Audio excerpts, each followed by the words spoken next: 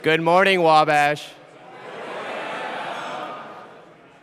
Speaking today at Pioneer Chapel are seniors Dane Smith, Davionne Garrett, Kody Witham, and Andrew Boyer.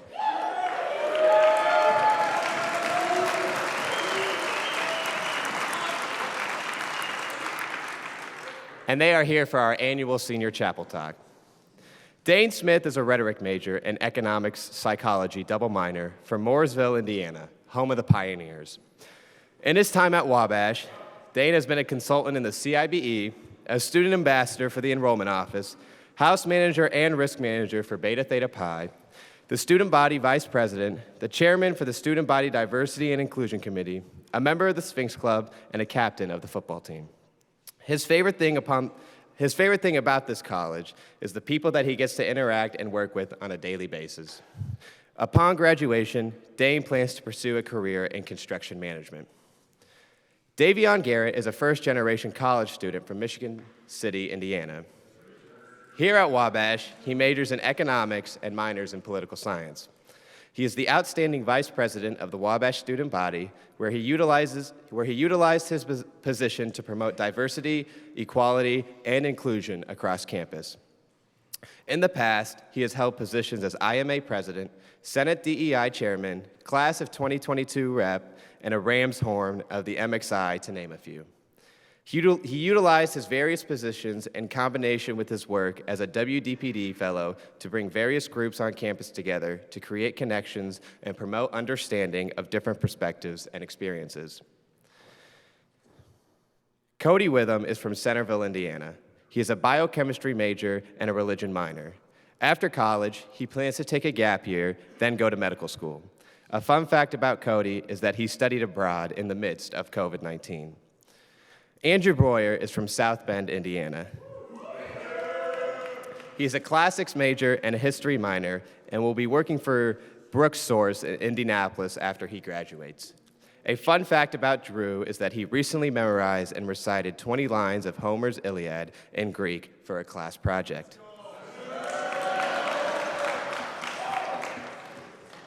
Please give a warm welcome for our Senior Chapel speakers today.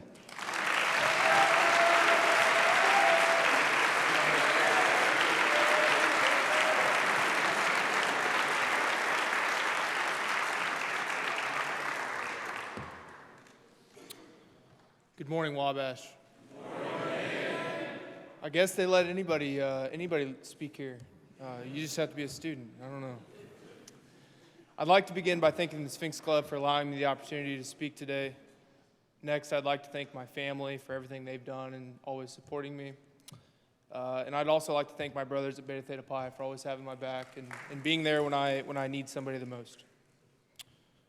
While I'm here, I want to reflect on my experiences at Wabash and offer a little bit of advice that hopefully some of you may find beneficial. Before getting into that, I'd like to explain my background and why I chose to come to this college. I'm a pretty simple guy. I enjoy everything about the outdoors, from hunting turkeys in the spring to deer in the fall, or just taking a walk whenever the weather allows for. I enjoy spending time with friends, having conversations over a beer, and listening to anything country music. Pretty simple. I'm from a small town on the south side of Indianapolis called Mooresville. And growing up, my parents always encouraged me to do nothing but my best in school, athletics, or whatever I was interested in doing. Similar to most of you, I grew up playing sports. And thanks to my parents, I didn't really have to worry about anything other than just working hard and showing up at the ball diamond or the field. With all their support, they've always made sure I followed one simple rule: to never quit anything that I've committed to do. I first heard of Wabash College when a great childhood friend of mine, Andrew Sanders, told me he wanted to come here. Most of you know Sanders and know how passionate he is about this place. I'd be lying if I didn't say that as he told me he was going to come to Wabash, I thought he was crazy. Why would he come to an all-male school in Crawfordsville, Indiana? Soon after talking with Sanders, I met somebody at a high school football camp who turned out to be one of my best mentors and best friends, Coach Olmi Olmstead. Coach Olmstead approached me and asked if I knew Sanders and if I'd be interested in coming to campus for a visit. A few weeks passed by, my mom and I decided to pack up the car and come to Crawfordsville to see what Wabash was really like. And upon arriving, Olmsted greeted us and showed us all around campus, a typical tour through the academic buildings and athletic facilities. We ended the tour in the Allen Center, the welcoming area, where he told me that campus was missing one of its most important pieces, the Monon Bell. He explained the rivalry and the hatred towards DePaul and how it encompasses all of life at Wabash. Fast forward a couple months to November of my senior year, Wabash beats DePaul, bringing the bell back to Crawfordsville. I'd been admitted to the school and knew I wanted to come here to play football and receive an education. I didn't know what I wanted to study, where I wanted to live, or really what I wanted to do, but I knew this place was special and that I would regret it if I didn't come here. That's a brief background on how I heard about Wabash and why I chose to come. Now to talk about my experiences as a student. As many of you know, I've been involved in a lot of different things, from football to student government. What many of you don't know is that I never anticipated doing any of those things other than playing football and just going to class. I thought that that would be my college life. It wasn't until my second semester freshman year when I realized that if I wanted to get the full experience of this place, I probably should get involved in whatever I can and step out of my comfort zone. I started with getting involved in Beta, then the CIB, and then the enrollment office. And then, for some odd reason, I wound up running for student body vice president when the pandemic started. All in all, my time at Wabash has provided me with a lot of unique opportunities I never imagined possible as an incoming freshman. I tried bringing a campus atmosphere back to a student body who had to sit behind a camera for class, or to bring a bell back last fall. I think it's important to make note that while I've been able to do a lot of cool things on campus, I have had my fair share of difficulties and struggles. First and foremost, I tend to procrastinate a lot. I don't always manage my time well. Second, I don't do well with saying no. I don't have a great way of modeling the word no, as I feel like if I do, I'm letting somebody down, or I'm not being able to give everything that I'm capable of doing. These things have oftentimes led me to not always be present for the typical college life experience. I've missed out on a lot of social events, and some of you may say I've missed out on being there at all times. In some regard, I've found difficulty in thinking of graduation being 2 short weeks away, and that I may have lost out on some critical times with those who I think I'm the closest with. This is where I think my advice can come into play. The goal of going to college should be to find a balance between academics and extracurriculars. And as I've mentioned, I haven't done the best at this. In addition to finding a balance, I think it's an important thing about attending Wabash is figuring out what you're passionate for, what you love to do. Sort of what I've said, I've determined I'm passionate about helping other people. But oftentimes, when you serve others, it does come at the expense of your personal time. But I don't think it always has to be that way. As I progress into the next stage of my life, I know this is something I'll need to work on. As Wabash men, we oftentimes consider ourselves as a different breed, or as like guys in the offensive line room like to say, cut from a different cloth. We're trained to wake up every day and work on bettering ourselves and the community around us. For those of you who are underclassmen, I think it's important to remember there is a world outside of our Wabash bubble. That world will need our help one day. You hear it all the time. Wabash teaches students to think critically, act responsibly, lead effectively, and live humanely. But what does that mean?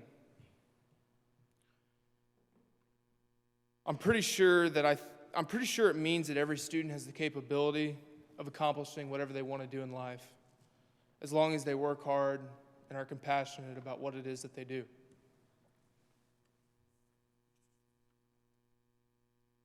As I walk across the mall every day, I catch myself thinking about each and every one of you and what you might do after Wabash. Most likely, many of you will go on to be doctors, lawyers, and all-around business leaders. But that said, I think it's important for everyone to always keep in mind that the power of Wabash is real, and that if it weren't for this college, many of us wouldn't be able to accomplish all that we do. The football guys in the room, well, I've heard this before, but Olmsted always says one thing: if you give me, this team, and this college everything you have, I assure you it will always be there to support you for the rest of your life. I'm a firm believer in that Wabash isn't for 4 years, but it's for life. The memories and friendships you make here will always be there for you, to support and encourage you. But you have to make sure to allow them to be. To close, I'd like to encourage you all to find out what you're passionate about, get involved, get to know as many people as possible, but most importantly, find a balance. I'll always be proud to call myself a Wabash man and know that I am where I am today because of this place. I'm very thankful to have had the opportunity of being a student here. I look forward to seeing each and every one of you be successful in whatever you wish to do. And always remember, Wabash always fights and always means always.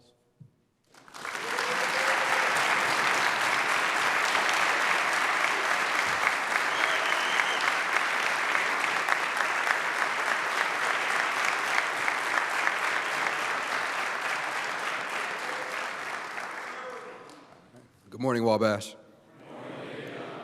So firstly, thanks to the Sphinx Club for giving me the opportunity to come up here and speak. And thank you to my MXI brothers who supported me through this process.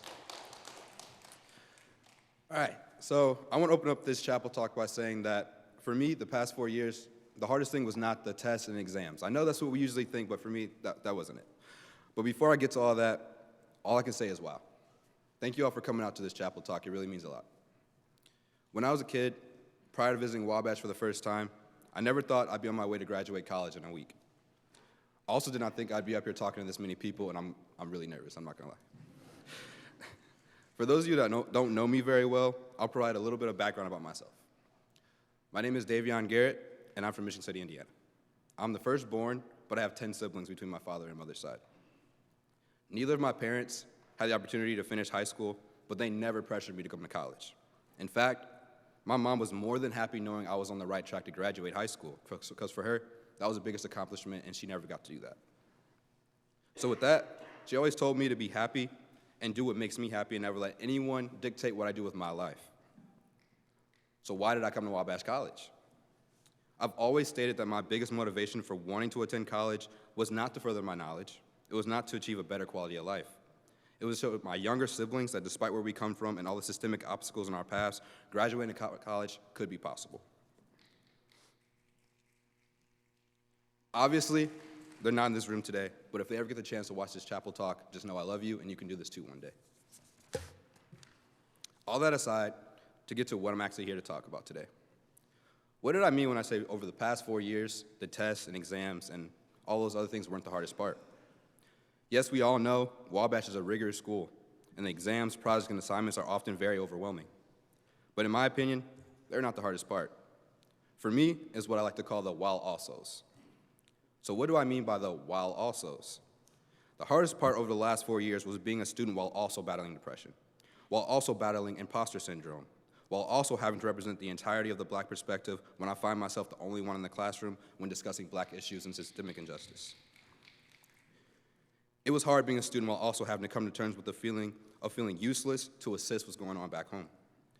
It was hard being a student while also having to come to terms with the fact that I'll never see family and friends again due to losing their lives to COVID-19, gun violence, and sometimes even natural causes. Regardless of your ethnicity, religion, or financial background, we all experience things that knock us off track from time to time. So how did I push forward? And not even just myself. How do all of us who have similar stories, backgrounds, and relatable tragedies push to the finish line of graduation when things are weighing us down? For me, I found my answer in the people around me. When those tragedies and those while alsos occurred, I reached out to my support groups. I do not know where I would be without my MXI brothers, my WDP brothers, and the various other people who assisted me as I go towards graduation. One of the biggest lessons I have learned while attending Wabash is that it's perfectly fine to ask for help. Despite the many while alsos I experienced as a student, it took me years to accept that piece of advice. It honestly took me contemplating not coming back to Wabash fall of 2022 when I was going through a very rough time in my life. But then I had to sit back and realize I had these support groups and I had people around me who cared about me and didn't want me to fall off track. Sometimes I feel so ashamed that it took for me almost giving up on my academic career when I was halfway done to actually seek help. I say this to encourage you all. No matter how much you think you can handle your while alsos, please reach out and ask for a helping hand when you need it. To my fellow seniors, as we prepare for the next chapter of our lives, do not forget the crucial piece of advice of asking for help. Life challenges are very unlikely to cease to exist anytime soon. As you get ready to leave this place, and for those of you attending graduate school after you're done with that task, those while alsos will still weigh down on you despite your various roles in life. To the underclassmen, please do not wait as long as I did, nowhere near as long as I did, to reach out to your support groups when you feel like you need a helping hand. I hope that I learned the lesson so that you won't have to. As I reach the end of this speech, I want to take a second to reflect on my time here at Wabash. Standing here today, I never thought I'd be blessed with even half the opportunities I've had while attending this institution. I've gotten the chance to travel both to Taiwan and Kenya.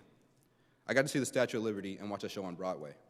When I was in Michigan City, Indiana, just wandering around, going to the beach, going to AMC Theater, I never even thought I'd get the chance to leave the Midwest, but here I am. I got to see the student body slowly recover from one of the lowest points as we worked to rekindle our bonds at the height of the pandemic. I even got to see the school down south blow a 21-0 lead as we got the bell back on campus.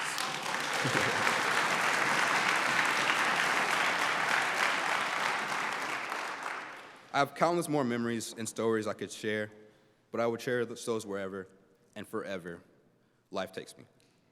In closing, I'm so proud to be a part of this institution, and I'm even more proud of the fellow Wabash peers who have continued to fight to preserve what they believe in while also navigating the various challenges of life and also trying to push through to passing comps and coming to graduation.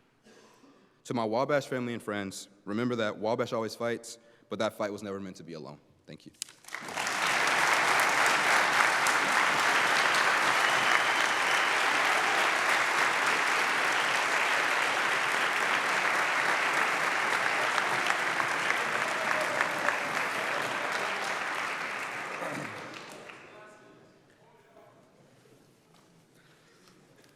Good morning, Wabash. Good morning, excuse me for being nervous, because I am extremely nervous. I want to take a second and be present with you all. I never thought I'd be in the position I am today, nonetheless speaking in chapel in front of all of you. So with that being said, I want to thank those who nominated me and generally anyone who believes in me. The support I receive keeps me going on a daily basis. I want to preface this speech with a little warning. Yes, I took Rhetoric 101. No, I was not the best rhetoric student. So bear with me, because this speech didn't take shape in an outline, but more so comes from the heart and my own personal experiences. A memoir, some may say. Thus the title became Grow Up. Now this might incite some laughs, mainly because I use this as a teasing insult to my brothers. This has slowly spread to become a common phrase in Delt, and why is this my favorite phrase as of late? It makes you think when someone tells you to grow up. Let me elaborate. Growing up means growing into adulthood, right? As we all progress down our individual paths, we realize the inevitable truth. We have to grow up eventually. This is what incites thought, or should incite thought, to those told to grow up. Am I taking the right steps to adulthood? Now, this realization, while it may deflate the fun from some experiences, is a beneficial realization that some people have still yet to make. Every time I return to my hometown, I am sadly reminded of this, which further makes me appreciate my time here at Wabash. I look at those deemed grown-ups in my hometown and think, well, they're not very grown up at all. So what is it? Is growing up the biological process of maturing into adulthood, or is it something else? In my opinion, growing up is a process of character development. As I arrived at Wabash my freshman year, like everyone, I thought I was hot shit. I learned from a young age that I should take advantage of all opportunities. Thankfully, I had 2 older brothers to teach me that. Well, I took it to heart and I pursued every experience I could, and nothing changed when I got to Wabash. I filled my weekends with what I thought to be meaningful experiences. Now, I had meaningful experiences that will last a lifetime, but something was always missing. I was comfortable. My first experience getting legitimately out of my comfort zone was during Rhineship. And from then on, I began to immerse myself in what I thought to be character-developing experiences. But that is not the point. The point is the experiences that tested my character and maybe even made me lose my sense of identity altogether were the experiences where I found myself to be wrong. I can thank Wabash for making it very apparent on my exam grades that I, in fact, can be wrong. In all seriousness, Wabash taught me to just consider the possibility that I may be wrong, and in my mind, that's the first step. I wish to quickly share with you experiences I've had this year in which I was wrong and my character was tested greatly. Experiences I grew up from. I want to be clear before I share these stories. I am by no means stating that I am of higher character than anybody here today or have had more experiences than you. I am simply wanting to share some personal experiences I have had this school year in hopes that someone may find meaning in my words. If anything, one thing you can take from this talk is you could be wrong. Right before my senior year, I was nervous with anticipation. I couldn't wait to enjoy my last 2 semesters here and live up every moment I could.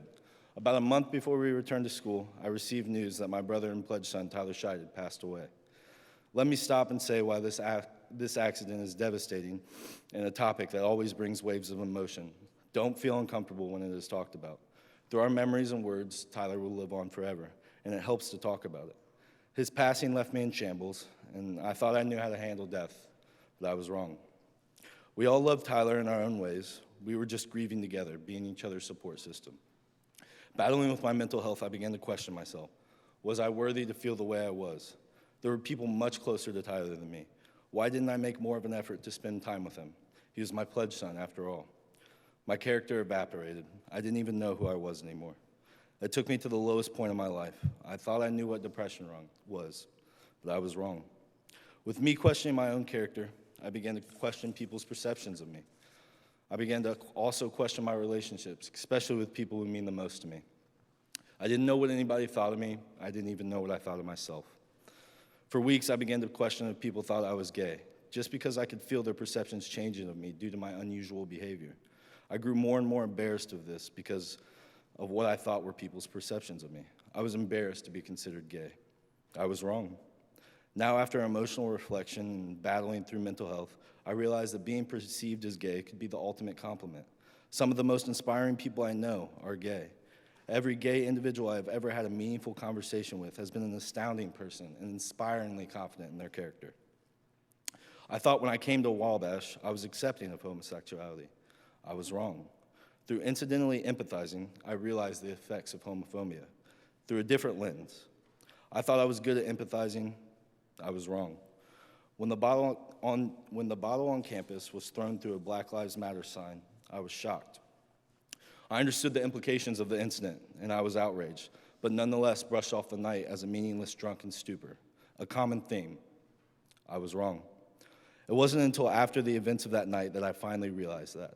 As a house, we had a meeting discussing the implications of the incident for the minority members of our house. Through their heartfelt expression of their feelings, I felt once again that I was empathizing and understood their position as a result of that drunken night. It wasn't until this semester that I realized I was wrong again. An MLK poster was ripped at the Delt House, and after Black members expressed their concern, I chalked it up as another drunken mistake. After I realized that the concern wasn't just about the poster, but more so the fact of not reaching out afterwards, I realized my wrongdoings and relearned one of the most impactful lessons I have learned thus far. Put yourself in others' shoes and attempt to empathize. Some of us, like myself, think we are empathizing when in reality, we're not. The only way to gain an understanding is to have those uncomfortable conversations and those uncomfortable experiences. Challenge yourself. With all that being said, I appreciate the time and the ability to share my experiences on this platform. I wish to say a few words before I depart. Go figure. Rest in peace, Tyler Scheid. I'm so thankful for the experiences we had and the everlasting impact you had and will have on my life. Thank you, Delt, for being my family. Thank you for fostering an environment of change and understanding. The love I have for my brothers is everlasting. Thank you, Wabash, for being my home away from home. This was truly the best decision of my life. Finally, don't forget the possibility that you could be wrong. It could change your life, and for the better. I hope my admittance of several times where I was wrong is met with grace and humility. I am human. I am trying to learn and grow every day. Sometimes we make mistakes. Every day we have challenges that test our character. It is time to step up to the challenge. It's time to grow up. Thank you.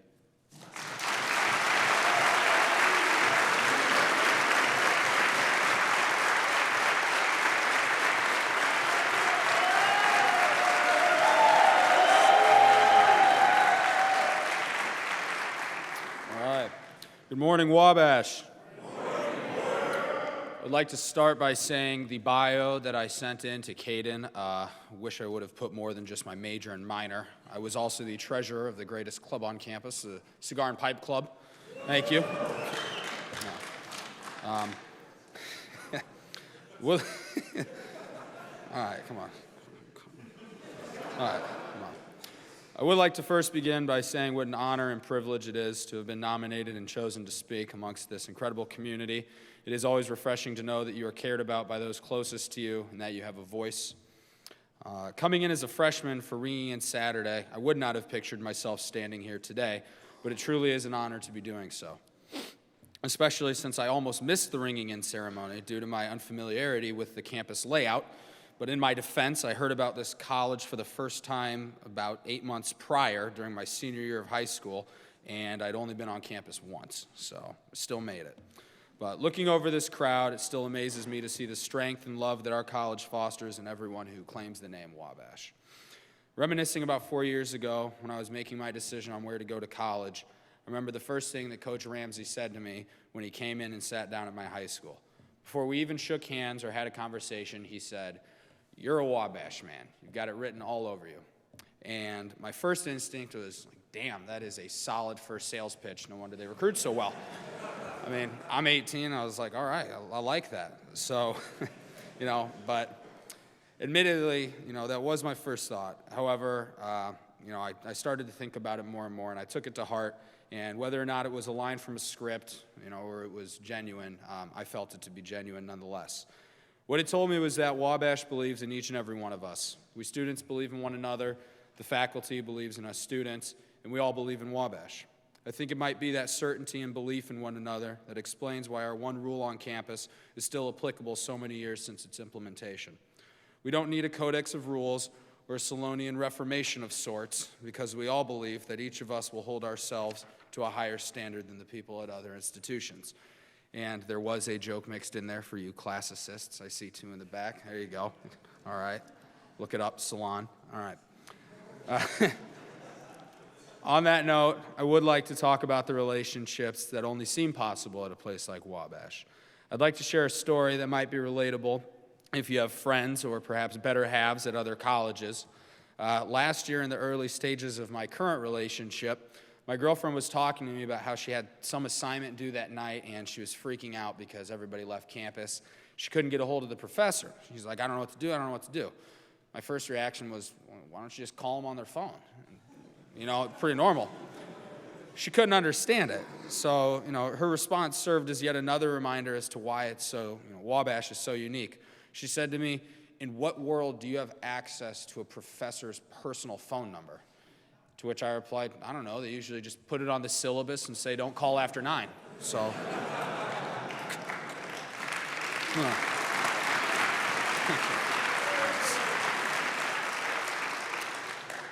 I then wanted to explain to her that we also sometimes are invited to their homes for meals or to meet at Wally's and catch up over a drink, but I don't think she was ready to process that information, judging from the previous bombshell that I unknowingly dropped. So, what this interaction reaffirmed for me is that we at Wabash have professors who know us beyond the classroom. We're not simply numbers on a page here. At Wabash, we are known by the professors as people and hopefully as friends too. One fun example of these types of relationships took place last semester on a trip to Italy led by Dr. Hartnett and Dr. Rogers, also known as Hijo de Rick Warner, for all of you who might know that story. I have to preface this by saying what an amazing opportunity that was to go on the week-long trip. People in my family still couldn't understand it. Like, how do you get a free trip to Europe? And I was like, well, it's Wabash. So that's my answer. Anyhow, it was towards the end of the trip, and we were sitting at a fish market that also happened to moonlight as a fantastic seafood restaurant. It's pretty amazing, I have to admit. Nevertheless, at some point during the meal, I found myself staring at a ginormous prawn, like big prawn, and I thought, that kind of looks like it could be a puppet of sorts. So naturally, I picked it up and I put it on my fingers, and it had little eyes, and I start going like this, playing with it, and Dr. Hartnett looked over at me, and at first I felt embarrassed. Well, that's a lie, actually. I thought it was pretty funny still. But I thought I was about to be told, we're Wabash, man, conduct yourselves. Instead, what happened was he picked up a prawn himself and did likewise. And although I believe the image only exists in my memory, I urge you to try and find a student from any other college who can say they've had a crustacean conversation with their professor and academic advisor. I don't think that you will. As far as relationships with my classmates go, I could not be happier with the group of young men I've met, grown close with, and lived with during my 4 years here. My fraternity brothers of Sigma Chi, right up there. Good showing out, boys. Friends from the independent living units, and classmates alike. Another story that I'd like to share involves a pledge brother of mine, John Henry Reith. We were both here for an admitted student lunch event and somehow ended up at the same table. In the 45 minutes that we sat there with our families, I don't think I'd ever met somebody I disliked more. All love, brother. The amount of times he mentioned that he was a legacy, a Lilly scholar, and that he was going to be a Sigma Chi, because his dad was, it was enough to make me want to go to another school. However, walking out of the Allen Center, I remember my mother turning to me and she said, "Oh, I just loved that John Henry, such a nice young man." And she said, "And you guys are going to be pledge brothers as well? He's probably going to end up being one of your closest friends." I remember thinking to myself, it will be a cold day in hell when that happens. I'm now happy to report that JH is not only a very close brother of mine, but he is one of the many guys in this graduating class who I can proudly call a lifelong friend. I believe that friendships formed here last a lifetime because of the way Wabash pushes us to the edge during the week, but we all get through it together and rely on one another for help when we need it the most. However, that is not to say we don't know how to have a good time on the weekends. We do, that's for sure. But the summer going into my freshman year here, my father gave me a note that I still have in my wallet. I pull it out, but it's a little bit water ruined from jumping into a lake. Anywho, it had 4 things on it to remember as I went through college and even life, and I'd like to share those with you now. Number 1, nothing is as bad as it first seems. Number 2, learn something new every day. Number 3, work hard when it's time to work. Number 4, play hard when it's time to play. Looking at this now, I would say that about sums up one's experience here at Wabash. I think that you will not grow as a person if you let every failure keep you down, and you have to put things in perspective and realize that no failure is as bad as it first seems, and you can always rise up again. Being a liberal arts institution, I would say that you really have to try to not learn something new every day, even if it's just some little tidbit that you pick up in a class. At the very least, I'm always willing to bid on a Wally if I'm at a trivia night. I think we're pretty well-rounded. But I would argue that this education produces some of the most well-rounded and academically versed individuals this world has to offer. And work hard when it's time to work, plain and simple. They tell us here that if we work hard for 4 years, the next 40 will be successful because we will have learned how to put the hard work in early on in life. Play hard when it's time to play. I'm a firm believer that you have to let yourself off the hook every once in a while. You deserve it. Working hard is something that anybody can see the nobility in, but what's the point of working if not to reap the fruits of your labor? There will always be another assignment, another paper, another deadline, so don't let the stress of tomorrow ruin today. If I can leave you all with anything, and especially you younger gentlemen in the crowd, it is this: Wabash is what you make it. No one will force you to get out of your comfort zone, and you can spend 4 years here the same way you might spend them at any other college. But I beg you not to let that be the case. I personally believe that we all have the power to control our situations. If you are unhappy with where you are at mentally, physically, or otherwise, do something to change it and take charge of your life, because no one else can do that for you. But because you have already made the decision to be a part of our community here, I say dive in head first and experience all that this college has to offer. I promise there will be people here to catch you when you fall. I've seen other campuses, and I have close friends at those campuses that continually ask me, Boyer, why would you go to an all-male college the size of our high school, if not smaller? I could tell them about some of the points I've touched on this morning, and maybe they'd understand, but so far they have not. Perhaps we are a small school in the middle of flyover country, and perhaps our traditions and ways seem odd to the uninitiated. But we know what we're about, and I, for one, am not only proud of that, but truthfully speaking, I wouldn't want it any other way. Thank you.